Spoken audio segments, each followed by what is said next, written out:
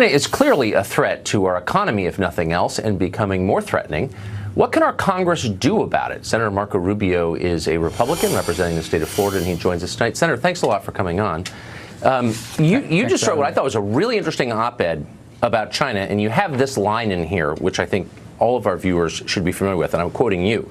Chinese theft of American intellectual property alone cost the U.S. nearly $600 billion annually, eclipsing the combined profits of the top 50 companies in last year's Fortune 500 list. That's a remarkable number. Why is no one doing anything about that? You know, for the same reason that this is an issue that surprised me. You know, for years, I kind of been a traditionalist on it, all thinking, like most people did, that eventually it would all work out, they'd become more democratic. And then I started getting involved in the human rights issues in China, and that led me to kind of understand the broader plan they have in place. And this is not an economic plan on their part or a development plan.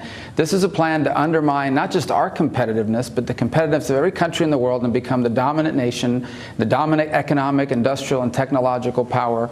And they're using multiple tools, including intellectual property theft, to do that. So not only are they undermining our industrial base, they are also undermining our technological base through something called Made in China 2025, where they intend not just to supplant America, but all countries on Earth and the West, in automobiles and passenger aircraft, in quantum computing and artificial intelligence. They've laid out the entire industries, and they're slowly but surely carrying out this plan.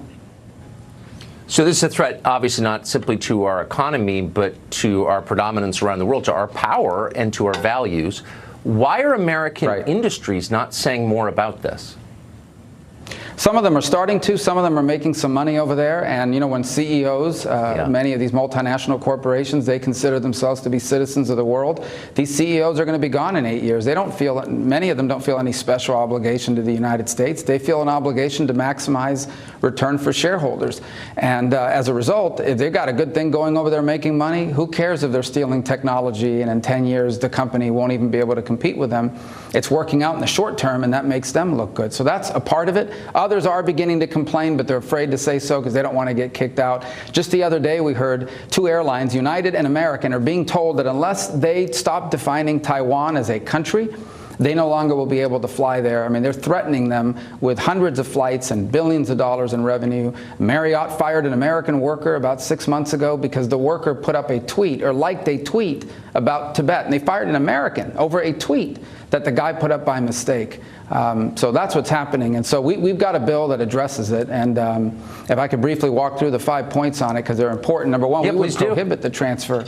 Yeah, we would prohibit the transfer of any and all technologies that are sensitive, things like quantum computing and biosciences and artificial intelligence and the like. The second thing we would do is we would place a tax basically on excess Chinese investment in the United States. How that works basically, they come, let's say they buy $10 billion of Fortune 500 stocks. That will raise the price of the stock. That will issue revenues, dividends. They then take that dividend money and they use it to buy U.S. treasuries, which increases the price of the dollar, the value of the dollar, thereby making American exports more expensive than a Chinese export, thereby destroying our capacity. And so this is not an economic development on their part. This is a strategic use of investment as a weapon to undermine our production capacity.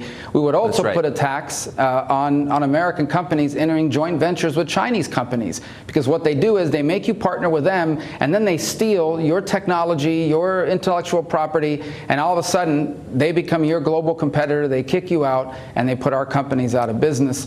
And these are the kinds of things that we're going to be looking at and in this bill to put in place to even the playing field. Let me just say this. This is not an economic issue. This is not a trade issue. This is not a tariff issue. This is the single most important geopolitical issue of the last 100 years. It will define what the 21st century turns out to be.